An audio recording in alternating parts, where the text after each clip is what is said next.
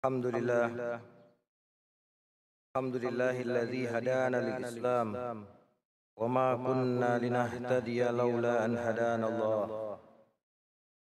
Alhamdulillahi muqallibil qulub wa 'allamil ghuyub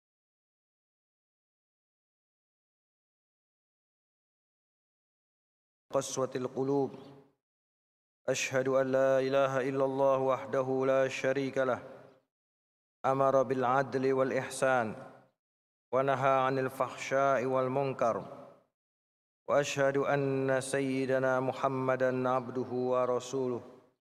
Kana yukthiru min qawli ya muqallibal qulub tsabbit qulubana 'ala ta'atik. Sallallahu alaihi wa ala alihi wa sahbihi man ihtada bihudahu ila yaumiddin wa sallim tasliman katsira. Ya ayyuhalladzina amanu taqullaha haqqa tuqatih wa la tamutunna illa wa antum muslimun. Ya ayyuhan nasu taqu rabbakum alladzi khalaqakum min nafsin wahidatin wa khalaqa minha zawjaha wa bassa minhuma rijalan katsiran wa nisaa'a. Wattaqullaha alladzi tasaaluna bihi wal arham innallaha kana 'alaikum raqiba. Qala an-nabiy sallallahu alaihi wasallam ittaqillaha haitsu ma kunta wa atbi'is sayyi'atal hasanata tamhuha wa khaliqin nasa bi khuluqin hasan. Rawahul Imam Tirmizi an Abi Dzarrin Jundub ibni Junadah al-Ghifari wa Abu Abdurrahman Mu'adz bin Jabal radhiyallahu anhuma. Sadaqallahul azim.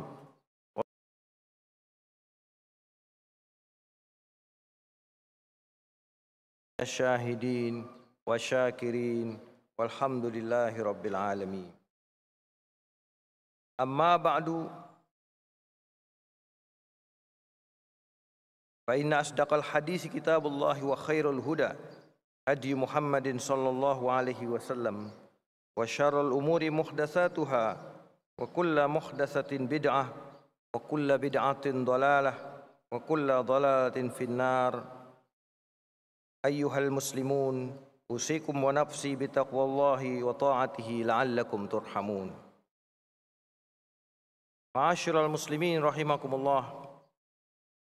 Pertama-tama marilah kita bersama meningkatkan iman dan ketakwaan kita kepada Allah Subhanahu wa taala dengan kesungguhan hati dan kesungguhan di dalam beriman dan bertakwa tersebut dalam konteks yang sebenar-benarnya sebagaimana ditunjukkan di dalam beberapa nas Al-Qur'an dan Al-Hadis, bagaimana sifat-sifat orang yang beriman dan bagaimana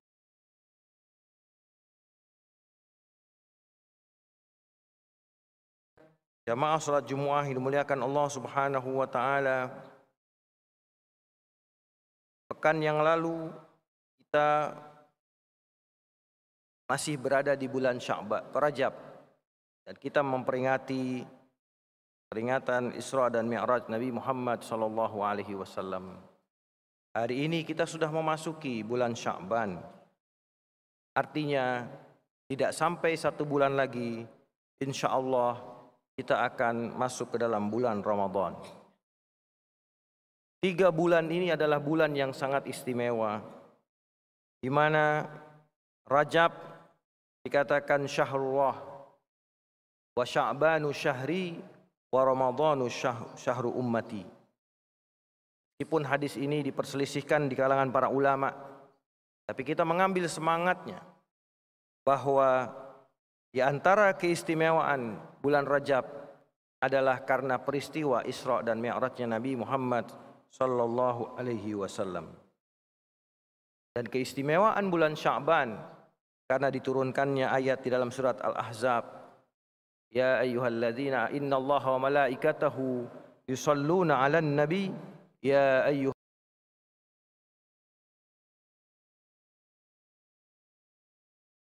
Ramadan. Sebagaimana kita ketahui, adalah karena diturunkannya Al-Quranul Karim di bulan tersebut. Para hadirin sekalian, mengacu kepada peristiwa Isra dan Mi'raj, maka satu hal yang kita dapatkan di dalam peristiwa tersebut, yaitu satu momen peristiwa yang sangat istimewa, yang sangat luar biasa di dalam sejarah umat manusia. Boleh dikatakan belum pernah ada manusia, hatta seorang nabi pun, kecuali Rasulullah SAW, dari awal dunia ini diciptakan dan nanti sampai hari kiamat, yang menjalani perjalanan sebagaimana perjalanan Rasulullah di dalam peristiwa Isra dan Mi'raj. Sudah menjadi pakem, sudah menjadi aturan bahwa seseorang baru bisa ke surga Allah setelah dia wafat. Namun Rasulullah SAW diperkenankan oleh Allah mencapai surga dan neraka masih dalam keadaan beliau masih hidup dan kembali lagi di malam yang sama, bahkan sebelum azan subuh berkumandang. Para hadirin sekalian, peristiwa ini kemudian kita kenal sebagai peristiwa di mana disyariatkannya sholat 5 waktu. Sholat adalah merupakan ibadah yang paling utama di dalam agama Islam. Bahkan sholat dikatakan sebagai ibadah yang tidak menerima penggantian ataupun badal. Kita tahu di dalam syariat Islam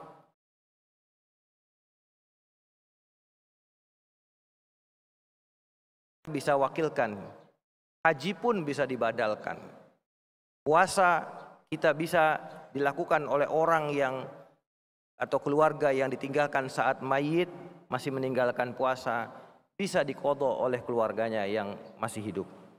Tapi sholat tidak bisa. Sholat melekat kepada setiap individu. Sholat adalah merupakan ibadah yang betul-betul dikatakan Rasulullah SAW adalah ahdun bainana wa bainahum, yaitu satu perjanjian antara kami dengan mereka, yaitu umat Islam, adalah sholat. Ketika sholatnya ditinggalkan, maka perjanjian itu pun menjadi luntur dan menjadi rusak. Sholat adalah ibadah yang sangat utama, sehingga dikatakan berapapun sholat itu kita tinggalkan, kita wajib membayarnya, dan tidak ada yang bisa membayar sholat itu kecuali sholat itu sendiri. Dalam hadis Sahih Bukhari dikatakan, la yukaffiruha illa dzalika, tidak bisa menebus sholat yang tertinggal kecuali sholat itu sendiri. Artinya diqadha dan dibayar sebagaimana hutangnya kepada Allah Subhanahu wa taala. Fadainullah ahaqqu ayyuqdha,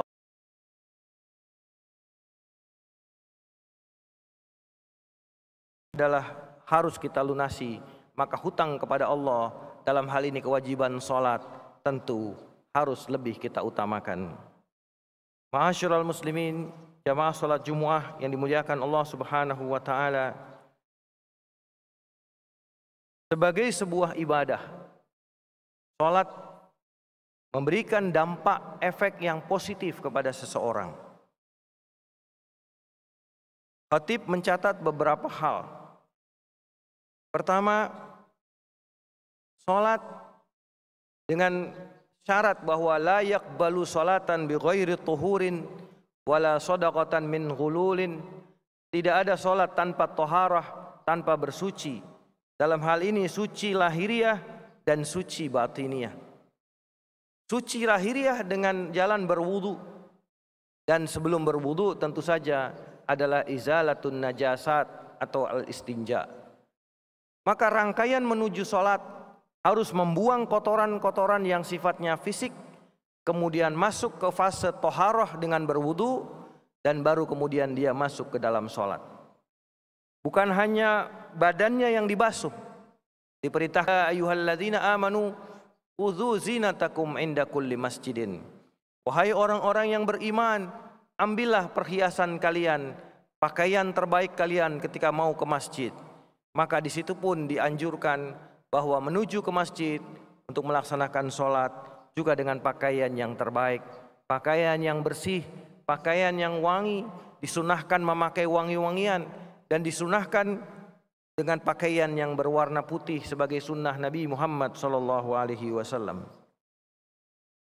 Sehingga seorang muslim yang menegakkan sholatnya dengan baik, yang menegakkan hak sholatnya dengan baik, akan menciptakan diri pribadi yang bersih, yang higienis, yang sehat, yang jauh daripada kotoran dan sampah dan semua hal yang membahayakan tubuh manusia.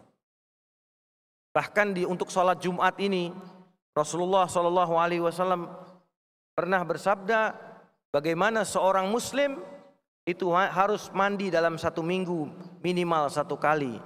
Tentu saja ini lebih relevan untuk dunia Arab, karena di Indonesia kalau kita 1 minggu tidak mandi tentu akan lebih sangat menyiksa sekali. Di negeri Arab masih bisa karena tidak lembab, sehingga tidak harus orang mandi setiap hari. Di sana Rasulullah pun masih berwanti-wanti agar dalam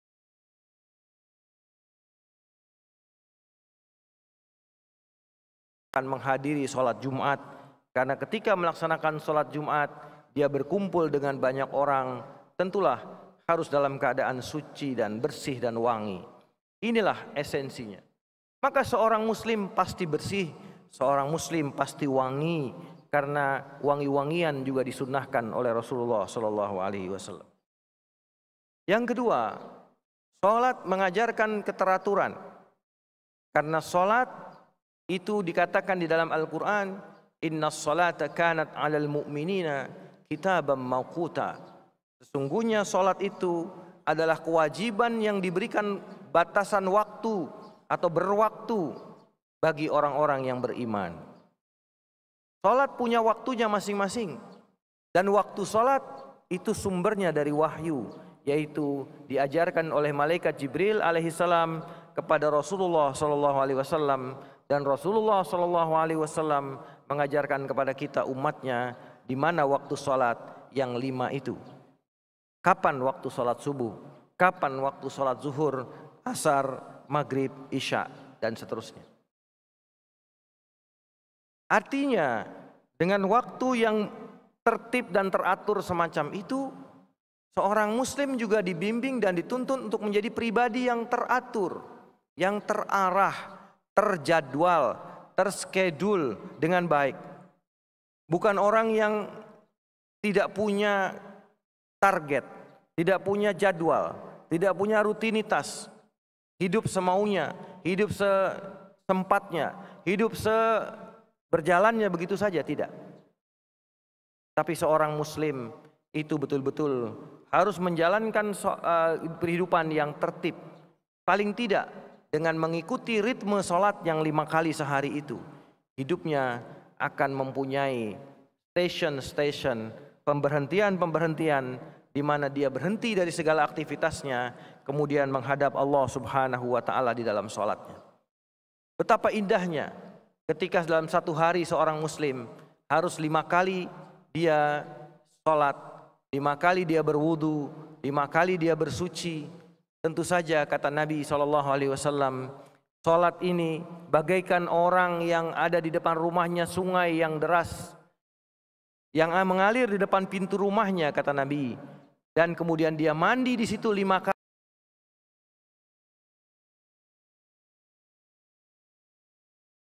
Fahal alaihi min daranin, apakah masih ada kotoran yang melekat di badannya? Tentu tidak ada jawabannya. Karena orang yang sering bersuci, bersih, pasti kotoran akan cepat dibersihkan kembali. Muncul kotoran lagi, dibersihkan lagi. Muncul lagi, dibersihkan lagi. Maka tidak sempat ada kotoran yang menempel di badannya. Itulah gambaran bagaimana kata Rasulullah, orang yang sholat setiap hari bagaikan orang yang mandi di sungai 5 kali dalam sehari. Di situ juga kemudian kotoran itu digambarkan sebagai dosa-dosanya, di mana orang yang melaksanakan sholat 5 waktu, maka dosa-dosanya diampuni oleh Allah Subhanahu wa Ta'ala dari sholat yang satu kepada sholat yang lainnya. Jadi keteraturan itu menjadi satu ciri seorang muslim dengan sholatnya. Dan dalam kehidupan modern ini, segala sesuatu sebab diatur dan penuh dengan aturan yang rapi dan baik. Maka seorang muslim dalam kehidupan modern ini tidak akan kesulitan, karena hidupnya sudah biasa diatur dalam sholat tersebut. Ini tentu sebuah perkembangan atau sebuah optimisme yang baik bagi umat Islam dalam konteks modernitas. Yang berikutnya, dampak sholat kepada individu adalah disiplin, di mana kita diajarkan untuk menjalankan sholat di awal waktu. Azan adalah penentu masuk waktu sholat. Azan adalah tanda di mana sholat akan dimulai. Dan azan bagaikan jam weker kita yang mengingatkan kita agar segera melaksanakan sholat. Dalam hal ini, orang akan berdisiplin. Dia akan bisa menentukan berapa menit lagi saya akan melaksanakan sholat. Dan dia mengatur jadwal-jadwal aktivitas dunianya sehingga sholatnya bisa dilaksanakan dengan sebaik-baiknya. Seorang muslim laki-laki tentu diperintahkan untuk melaksanakan sholat berjamaah di masjid.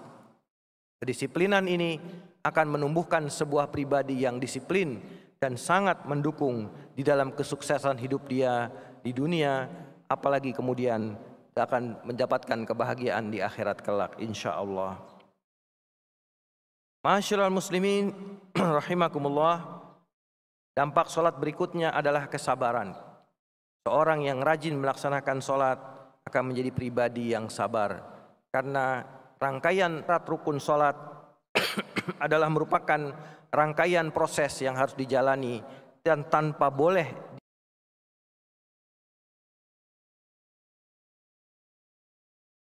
atas kemanusiaan dilepaskan. Yang ada adalah pertautan hati dengan Allah Subhanahu wa taala dalam gerakan-gerakan, dalam bacaan-bacaan, dalam segala ritual di dalam sholat itu sampai dia selesai mengucapkan salam keluar dari sholat tersebut. Dia tidak makan, dia tidak minum, dia tidak berbicara, bahkan tertawa pun tidak boleh. Bahkan gerakan-gerakan tangan pun, gerakan badan pun yang lebih dari 3 kali berturut-turut tidak boleh. Ini merupakan sebuah latihan kesabaran. Orang yang rajin sholat akan mampu menghadapi banyak kesulitan-kesulitan dalam hidupnya karena kesabaran itu sudah dipupuk melalui sholat itu sendiri. Ma'asyiral muslimin, dampak berikutnya daripada sholat kepada individu adalah sifat tawadhu, sifat rendah hati. Di mana seorang yang sholat, kita tahu wujud daripada gerakan sholat yang paling baik adalah sujud, di mana sujud adalah meletakkan muka wajah kita di tanah. Dalam segala aktivitas kehidupan kita, wajah menepati peran yang sangat sentral, peran yang sangat pokok. Bahkan identitas-identitas kita selalu ditandai dengan foto wajah kita. Tidak bisa kita ganti dengan tangan atau kaki kita misalnya, atau bagian tubuh kita yang kita suka, tidak bisa. Karena wajah adalah representasi dari diri kita sendiri. Bahkan bagi seorang wanita, wajah itu biayanya sangat mahal sekali perawatannya. Dari ujung sampai ujung, segala macam jenis make up itu dilakukan, disapukan ke wajah seseorang. Betapa mulianya wajah itu.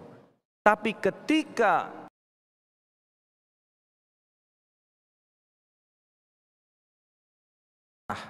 diletakkan di tempat yang terendah, sama dengan kaki kita, sama dengan tempat yang diinjak oleh kita, disitulah seseorang belajar bahwa segala kebesaran, segala atribut-atribut duniawi itu seharusnya tidak ada artinya di hadapan Allah Subhanahu wa taala. Semua itu semu adanya. Jabatan, pangkat, kekayaan, popularitas, segalanya ketika sudah di hadapan Allah, maka wajah ini tertunduk di hadapannya. Subhana rabbiyal a'la wa bihamdih. Maha suci Allah yang paling tinggi dan maha tinggi dengan segala pujiannya. Para hadirin sekalian, dampak sholat berikutnya adalah kesadaran diri bahwa seseorang dalam hidupnya tidak pernah terlepas dari Sang Pencipta Allah Subhanahu wa taala. Orang yang sholat akan memberikan selalu kontrol diri yang baik, self control yang baik. Maka kemudian muncullah dalam Al-Quran, inna sholata tanha anil fahsya'i wal munkar. Sholat ini dapat mencegah seseorang dari melakukan perbuatan keji dan perbuatan-perbuatan yang mungkar. Orang yang sadar dengan sholatnya, orang yang bagus dengan sholatnya, orang yang menghayati sholatnya, maka dia akan punya kesadaran diri yang baik bahwa dia adalah hamba Allah.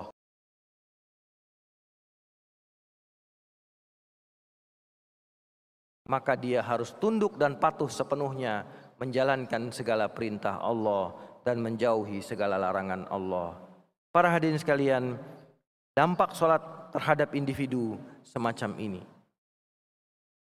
Dan ada dampak yang kita tambahan ketika kita melaksanakan sholat itu berjamaah di masjid seperti saat ini. Pertama adalah kekompakan di antara umat, satu barisan, satu komando. Malaikat Jibril alaihissalam begitu iri ingin menjadi umatnya Nabi Muhammad SAW. Salah satunya adalah dengan sholat jamaah ini. Innallaha yuhibbul ladzina yuqatiluna fi sabilihi saffan ka'annahum bunyanun marsus.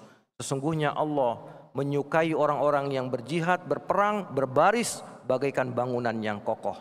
Kita umat Islam, umat Nabi Muhammad SAW, sholat berjamaah bagaikan benteng-benteng yang kokoh. Dan disitulah dampak berikutnya, syaitan tidak mampu untuk menembus dan menggoda kita.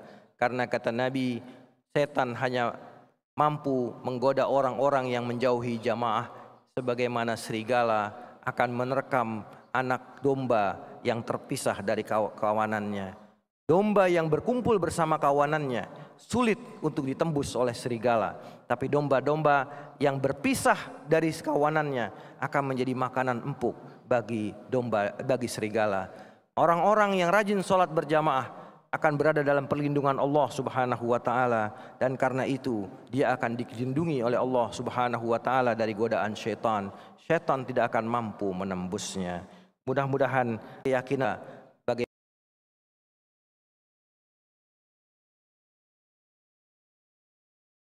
di dalam surat Al-Mu'minun yang pertama adalah alladzina hum fi salatihim khashi'un, orang yang salatnya khusyuk. Di dalam ayat yang belakangnya kemudian alladzina hum ala salawatihim yuhafizun, yaitu orang yang menjaga salatnya tidak ada yang tertinggal, dipelihara dan dilaksanakan sesuai dengan ketentuan agama. Tidak cahaya tauhid agar selalu berjalan dalam titian rahmat dan barokah dari Allah Subhanahu wa taala, dalam naungan lindungan dan ridhanya, agar hidup kita menjadi hidup yang terarah, hidup yang penuh berkah, dan insya Allah kita beroleh husnul khatimah. Amin, amin ya rabbal alamin. Kita doakan bangsa dan negara kita, negeri Indonesia yang tercinta ini, agar selalu diberikan perlindungan oleh Allah, penjagaan oleh Allah, pertolongan oleh Allah Subhanahu wa taala, dan seluruh dunia Islam, kaum muslimin dimanapun berada, khususnya saudara-saudara kita yang mengalami penderitaan di berbagai negeri. Semoga Allah ringankan penderitaan mereka dan ganti daripada musibah itu dengan ganti yang lebih baik lagi. Amin ya rabbal alamin. Inna ahsanal kalam kalamullahil malikil mannan wa biqaulihi yahtadil muhtadun. A'udzu billahi minasyaitonir rajim. Bismillahirrahmanirrahim. Wal 'asri innal insana lafi khusrin illa alladziina aamanu wa 'amilus shalihat wa tawashaw bil haqq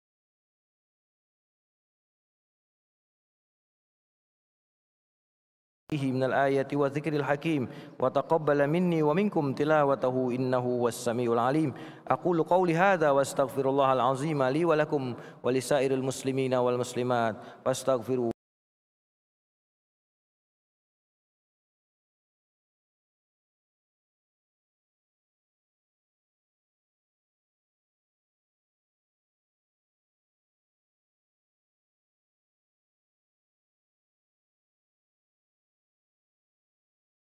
Alhamdulillah, nahmaduhu wa nasta'inuhu wa nastaghfiruh wa na'udzu billahi min syururi anfusina wa sayyiati a'malina. May yahdihillahu fala mudilla lahu wa may yudlil fala hadiya lahu. Asyhadu an la ilaha illallah wahdahu la syarika lahu وأشهد أن سيدنا وحبيبنا محمدا عبده ورسوله. اللهم صل وسلم على سيدنا محمد وعلى آله وأصحابه أجمعين. فيا أيها الناس اتقوا الله فيما أمر وانتهوا عما نهاكم.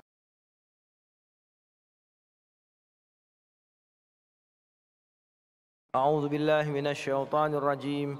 إن الله وملائكته يصلون على النبي يا أيها الذين آمنوا صلوا عليه وسلموا تسليما. اللهم صل على سيدنا محمد وعلى آل سيدنا محمد كما صليت على سيدنا إبراهيم وعلى آل سيدنا إبراهيم، وبارك على سيدنا محمد وعلى آل سيدنا محمد كما باركت على سيدنا إبراهيم وعلى آل سيدنا إبراهيم في العالمين إنك حميد مجيد. وارض اللهم عن أصحابه الخلفاء الراشدين ساداتنا أبي بكر وعمر وعثمان وعلي، وعن بقية الصحابة والتابعين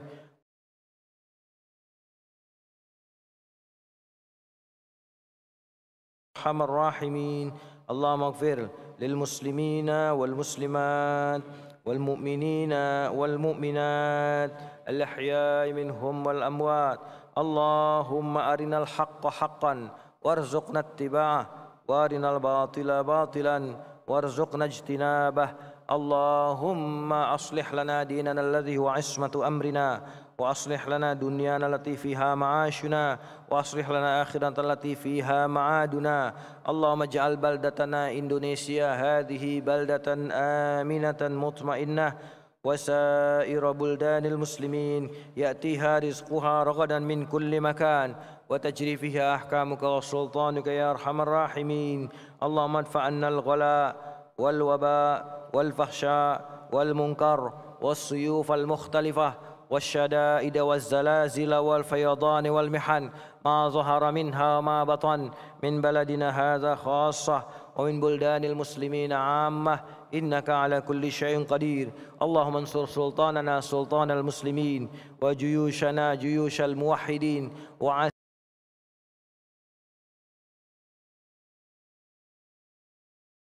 أرحم الراحمين. اللهم انصرنا والمسلمين، وافتح لنا وللمسلمين، واغفر لنا وللمسلمين، وارحمنا والمسلمين، وارزقنا والمسلمين، وأصلح لنا وأصلح وللمسلمين، وعافنا والمسلمين، وفرج عنا عن المسلمين، واهدنا والمسلمين، ونجنا والمسلمين من القوم الظالمين. ربنا آتنا في الدنيا حسنة وفي الآخرة حسنة وقنا عذاب النار. عباد الله إن الله يأمر بالعدل والإحسان وإيتاء ذي القربى وينهى عن الفحشاء والمنكر والبغي يعظكم لعلكم تذكرون. فاذكروا الله العظيم يذكركم واشكروه على نعمه يزدكم ولذكر الله أكبر.